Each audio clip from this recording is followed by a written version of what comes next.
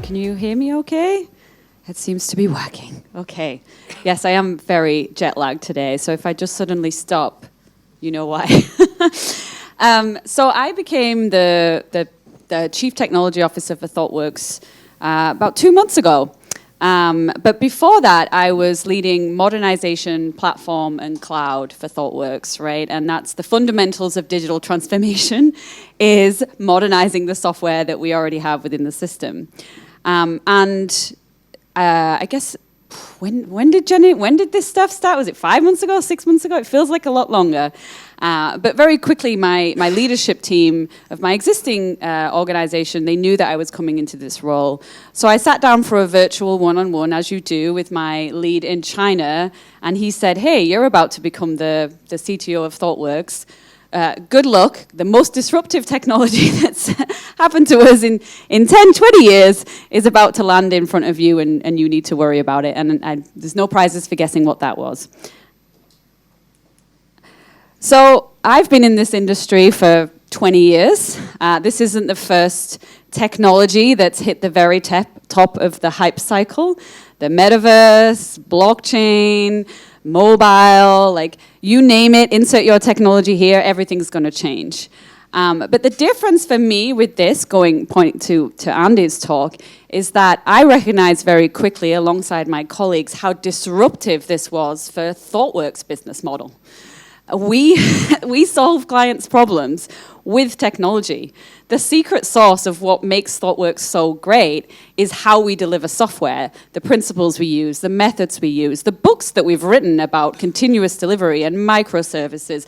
All of that comes from our approach to building software. So when a technology comes along that says, hey, I can write code, you don't need people anymore, then as the Chief Technology Officer, I need to sit up and listen, and I need to come up with a technology strategy pretty quickly, because the decisions that I make alongside my team impact 11,000 people globally within our organization, and then also like what recommendations and how we deliver software to clients. And there's an immense amount of information that people are espousing about what it can and cannot do, and it's changing almost every day. So my job is to be measured, and yes, this was generated by Midjourney. And in fact, I tried to get ChatGPT to generate my entire talk, and I actually saw this morning that we now have access to be able to use the generative AI in Google Slides, so I can't wait to start playing with that. But one of the important things is, to Andy's point, is like when you're building out a technology strategy for something like this, how do you have that balanced approach where you don't jump too far over your skis so you don't fall off?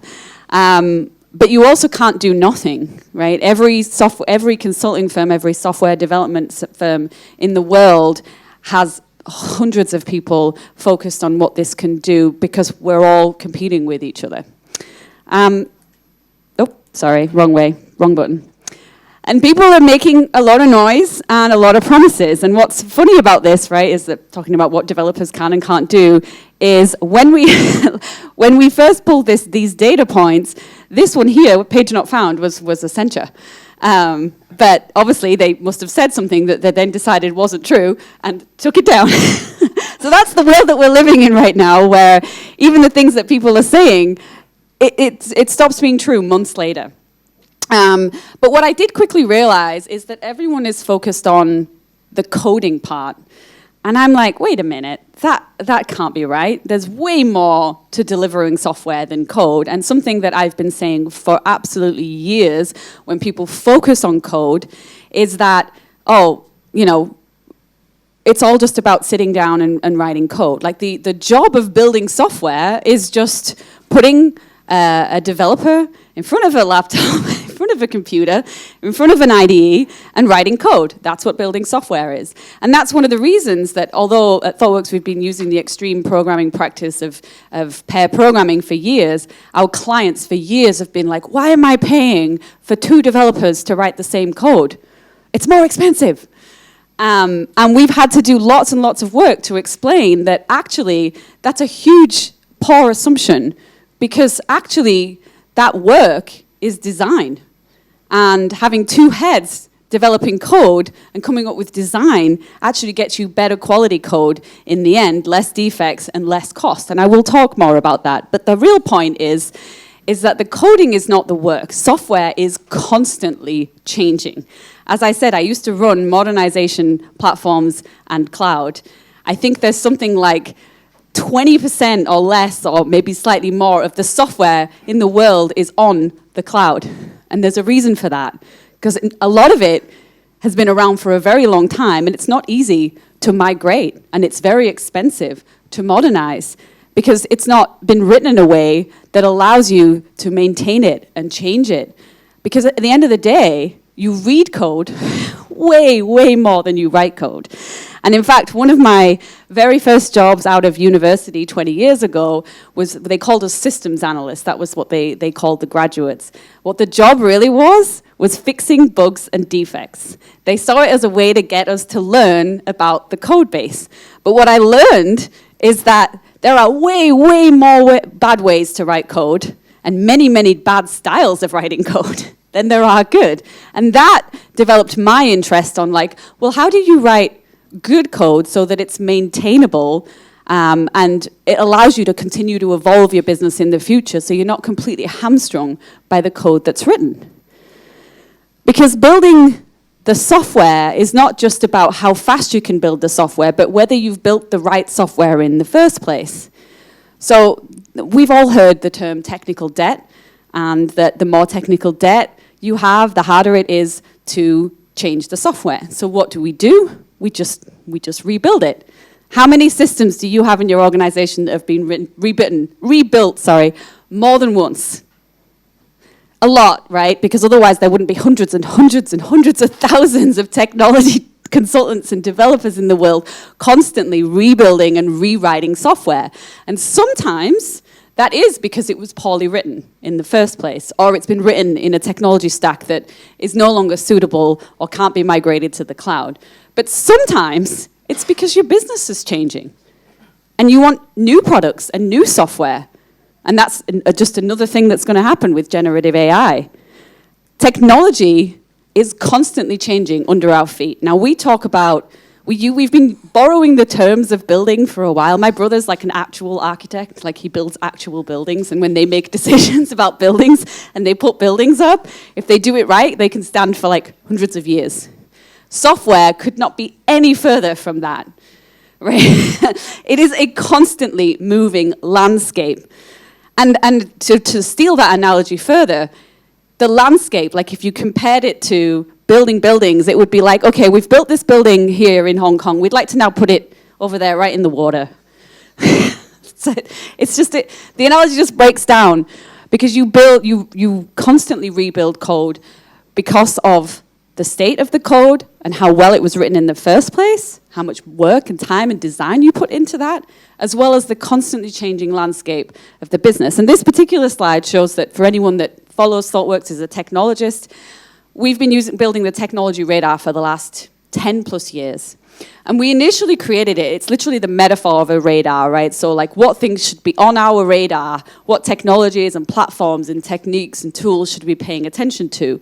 And it was created by our prior CTO for the purpose of our internal organization, because as we grew and we went from hundreds of people to thousands, keeping track of all of these changes was really, really difficult.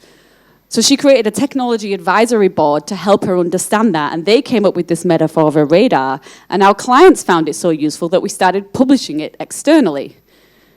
And what you notice here, and this is just the last few years, is that this is the amount of stuff that gets submitted every 6 months. New technologies, new platforms, new techniques, every 6 months that just we're using. And we're not in every single industry, right? So it's just a snapshot of what you're dealing with and how much changes over time.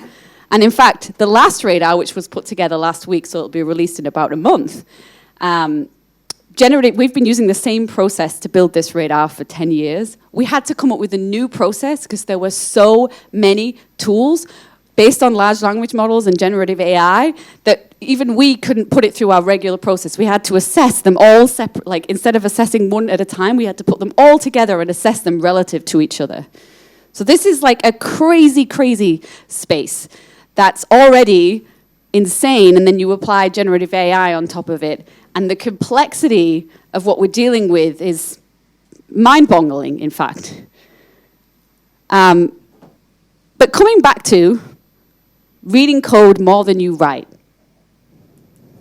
and back to pair programming and why we use things like that to design code. This is Jean Bartik. She was one of the very first programmers on one of the very first machines. Some of you may or may not know this, but the history of programming is that most of the original programmers were actually women, which is kind of cool. And then the history gets really sad, but we're coming back. But she said they always wrote code in pairs because they found that they could check out each other's design and critique it and come up with more ideas together. And I think that's what's one of the really exciting things about generative AI, because it starts to act like that design partner when you're writing code, assuming that you treat it as such. Because software engineering practices really matter. Like if you don't pair, or you don't do code reviews, or you don't put time into that design, you will continue to rewrite, you will continue to fix bugs. But if you do that, then you get the benefit of reducing costs in the long term. And so one of the things that we always got pushback on, as I said, was around pairing. Like, why do you guys have two people coding? It's costing me more money. So we looked across many of our major clients and compared us to themselves, their own software developers in-house and vendors, and looked at, although they could get code out the door faster, they had way more defects, way more bugs, way more issues, way more rework. And this isn't just about selling Thoughtworks. This is selling the idea of like why you need to think about the design more carefully early on in your development process. Because in the end, when we got to the deployment side of it, and we were able to get deploys out consistently without issues or with much less issues, we ended up costing less. But you have to be able to look at the entire development cycle for that, because it's not just about writing code. But I'm not telling you anything new. These things have been out for absolutely years. These books are all nearly 10 years old. Whether it's XP or refactoring, we know that we're building, our entire industry is just continuously rebuilding software. So thinking about generative AI in the context of how it can just help you code faster is extremely myopic. You need to think about, as Andy was talking about, the entire delivery cycle and how it can be a pair for your entire delivery cycle so you can reduce the amount of cycles that you go through to get to working software, high-quality software. If you don't, you're only going to get the benefit in one small space. And that was something I started to realize really quickly is, wait a minute, how do we look at the entire software delivery cycle? Because the coding part, and this is a study from GitHub, not from Thoughtworks, the coding part is minute. The part where people actually sit down and write code is like 26, 27%. There's a lot more to developing software than that. And the other thing that's interesting about what we've learned so far with generative AI is that even when it is enabling people to develop software faster, so removing a lot of repetitive tasks in the code aspect of it, the benefit's only really there from like a mid-level engineer and above. Because at the end of the day, it's not Google, it's not giving you answers, it's giving you patterns. Patterns of things that have been done before. If you're not a senior engineer, the information you get back, you don't know if it's good or bad. It might actually slow them down, getting too many options and too many ideas, and they don't know which is the right one. Building software is all of this. And so when we think about how do we apply generative AI to building software, it's not about making my singular developers faster. It's about improving the entire process. And that just opens up so much because generative AI can do so much as a pair to your people in your software development lifecycle. So I'm going to quickly move through. what are the things that it's good at? Right now, the large language models we have, and they're constantly changing, and there's new ones coming all the time, and generative AI. Let's start with the easy one, the pattern matching and synthesis. So it can take natural language, hey, do some calculations for me, and it can produce code. Great. And that's great for repetitive things, for simple CRUD, what we've been calling CRUD for years. You know, create reads and updates and deletes. That's great. But as I said, when we did we've got Copilot, I think, 500 licenses globally at the moment. We're working with many clients on leveraging Copilot right now. And where we're seeing the real benefit is at the more senior end of the experience level. See this? 5 and 4. As I said, it's a great partner to somebody who already has experience. But for me, where this gets really exciting, because I just did modernization for a really long time, and what's one of the big problems in modernization that no one's really tackling? Mainframes.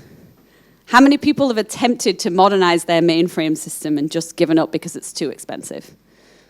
We'll just rewrite it, or we'll just put some wrappers around it. We'll abstract it away. Anything, just don't make us do anything with it. So we started running some experiments straight away, because if this can translate natural language into code and code into natural language, then maybe it could solve that problem of the fact that all the COBOL programmers have retired. Somebody please understand this code, tell us what it does. So we started experimenting with that straight away, and I heard last night that IBM has already released something and they're claiming that they can do it. This is just the start, it's just the tip of the iceberg, right? So we're looking at Thoughtworks, how does this impact the entire SDLC? Everyone in their business model is looking at how does it impact what we're doing? How can we be the ones that create the product that solve this problem? So that's pretty exciting. It can also do crazy weird stuff. Like explain this code to me using Star Wars metaphors. So you can have fun with it. But the other thing that it's really good at, moving on from just the coding part, right? Because it can do a lot of cool things to make experienced engineers faster. That's great. But it also helps find information inside of a context. So this is a really great example, again, using Tabnine, but also inside Copilot. Like, it used to be 20 years ago, you started as a software engineer and you were a Java engineer or you were a C# engineer. Now it's like you have to keep switching around, especially as a consultant, especially in our business. It's like you need to start learning the concepts of Ruby, of Python, of you name it. It just goes on and on and on. In a context inside the IDE and with Copilot, it can help remind you of things that you've forgotten. And before you had the generative AI and LLMs, you had to like go into Google and search for the answer yourself. And if you had an error message, for example, that was the same example, but here like, oh, I've got this error message, a terrible error message example, but I have this error message. And especially as a junior developer, you would go, you search it put it into the Google, you put it into Stack Overflow, and you get a response, and that you pick out the response that's upvoted. And the benefit of that is that if you pick out the response that's upvoted, it's probably a good one. But using things like Tabnine and Copilot, you can get in-context answers, which speeds up your workflow. And of course, like everybody, we're building our own tools to try and make us more effective. So in context, and this is an interesting one because like a week ago, I met with the SVP in McKinsey who built Lily. So if any of you have seen what Lily can do, right? Like at the same way that Thoughtworks is like our secret sauce is how we deliver software. All right, how are we applying generative AI to that? Like, what are we doing? Well, that's what McKinsey did. Their secret sauce is their knowledge management. Well, plus that and all the connections they have all over the world. Their open out strategy. But aside from that, a lot of what makes a McKinsey consultant is their knowledge management. So they've spent time and energy thinking about that problem. So we're also similarly thinking about that problem of like, okay, what are the core propositions? What are the core services we offer? And how can we bring that knowledge to bear? And you can think about that, and we're helping clients with this as well, of like, inside your organization, what are the large language models you want to build? What's the secret sauce you want to really capture and take advantage of? But the other thing that I think Andy talked about, which is even further up the development life cycle, is even just idea generation. Like, one of the things that makes software delivery slow is when one of the complaints of the waterfall method is the handing over the wall, right? You just keep handing things down. Somebody comes up with a requirement, or it's an idea, a requirement, the code, the test, the deployment. Oh, there's an issue. Take it all the way back to the code. But that issue is like 2 years later, and the coder has left because they only stay at organizations for 2 years. So now you've got somebody, like a junior programmer like I was, looking at it going, what is this? It's going to take me 3 times, maybe 4 times longer to figure out what's going on to fix it. So the faster you create these feedback loops of idea generation, of user requirements, of tests, of deployment, the quicker you can, the more you can reduce the rework, and the faster you can get throughput of what you're trying to achieve. And here's something again, another tool we've been working on is, but going back to Andy's point around strategy, so you go even further up the stack all the way to like, what's the right strategy for us? And building tools like, show me the future of retail. Pick me 5 scenarios, make them optimistic, but you can also put in make them pessimistic as well and see the end of the world. So you can start to think about this, all these different parts of the software development lifecycle, all the different roles that play a part in that, and all the things that generative AI can do, and all the tools, to Andy's point, that will get built, and how you can think about that whole strategy. And it's kind of mind-blowing and terrifying and exciting at the same time. And here's another one that we've been working on, which we call Team AI, which is just generating user stories and thinking about examples of all the different cases and all the different requirements, whether something's a mandatory field or not. It allows you to just keep exploring these things and having this partner sat by somebody, throwing them out ideas that have already been come up with, patterns that have already existed. So it can really superpower people. And the last thing is summarizing and clustering data, right? Can you name me a single software engineer in the world who likes to write documentation? However, as I said earlier, we read code more than we write it. So how do you solve that problem? Well, for the last few years, we've been really, going back to all these practices, we've been focused on writing good software and good code, right? Not having method names called A and B and C, which tell you literally nothing. Or trying to figure out what an API is and which of the 10 APIs that are called the same thing with a 1 and a 2 and a 3 and a 4 after them, and various different inputs, and which one's actually going to give me the answer. People are laughing because they know it's true. So the thing that generative AI, it can't solve that problem, by the way. You still have to have good methods in there, good method names, but it can generate the documentation for you. So think about the idea of, you go on leave for 2 weeks, you come back, what's changed in the code base? Write me a summary of everything that's changed in the code base, for the last 190 commits. And also, it can help with user research. So again, it just all the way up and down the life cycle, there are so many opportunities to leverage generative AI and large language models to get productivity improvements. And so like I said, this has been, 5 or 6 months? I can't remember. We've been running some experimentations on how it can improve the life cycle of software. And it's way too early to make claims, right? But I'm making one anyway. It can improve feature design and breakdown and definition and architecture, right? Like one of the concerns about, the hard thing about software architecture and the design part is like thinking about all the cross-functional concerns, like the security concerns, the accessibility concerns, the performance concerns. And what we've seen is it can tell you, like, here's about 10 concerns that you should concern yourself with. And if you're an experienced software architect, you can be like, well, 8 of those aren't relevant in my context, but these 2 are. But if you're not an experienced software architect, what if you actually developed software for all of those concerns and you don't need to? Then you end up with very difficult to change and hard to use software. So this is why I get to this point around this expertise of the people is still so critical. And actually one of my concerns as a technology leader is how do we create that expertise in our people when we remove jobs like I started, where I'm having to read all these other people's code and I'm like, what on earth is going on here? Like, what kind of crazy psychedelics was this person taking to write code like this?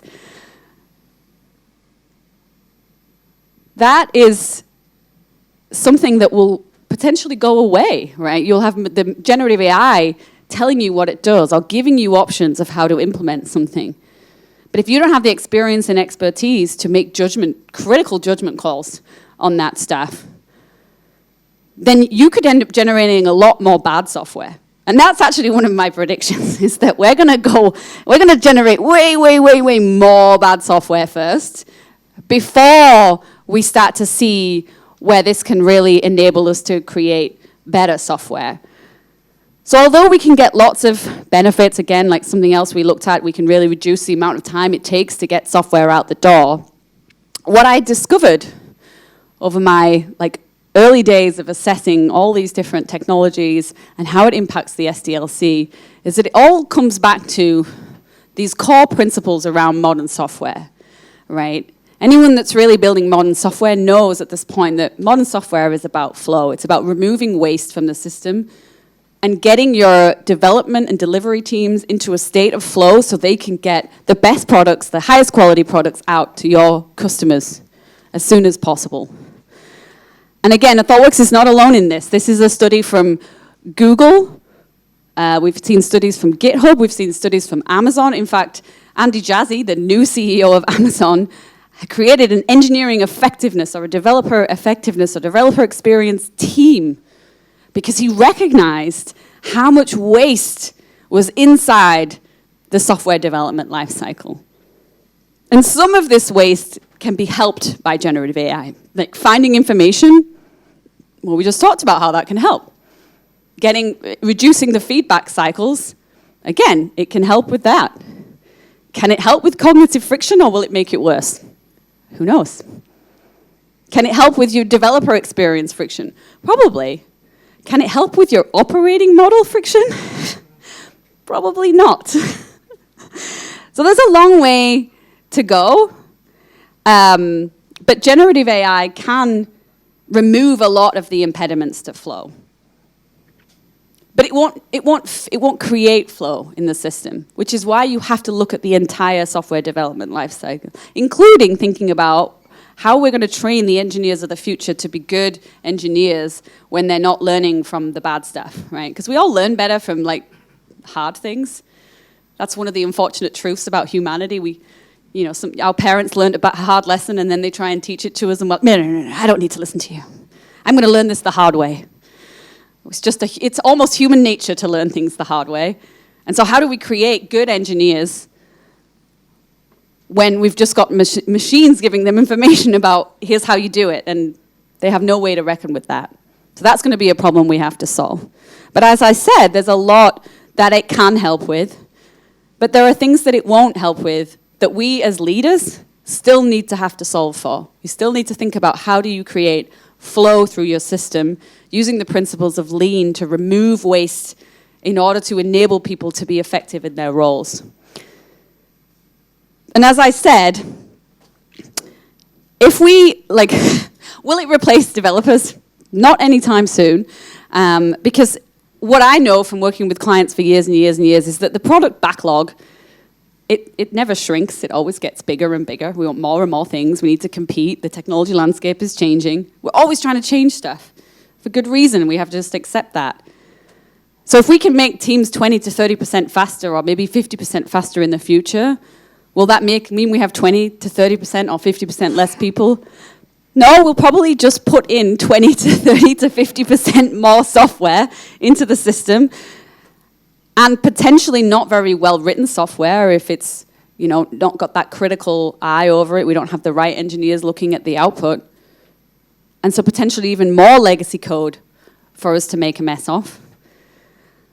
So that's my personal prediction is that in the short term, it will probably create more challenges, more complexity.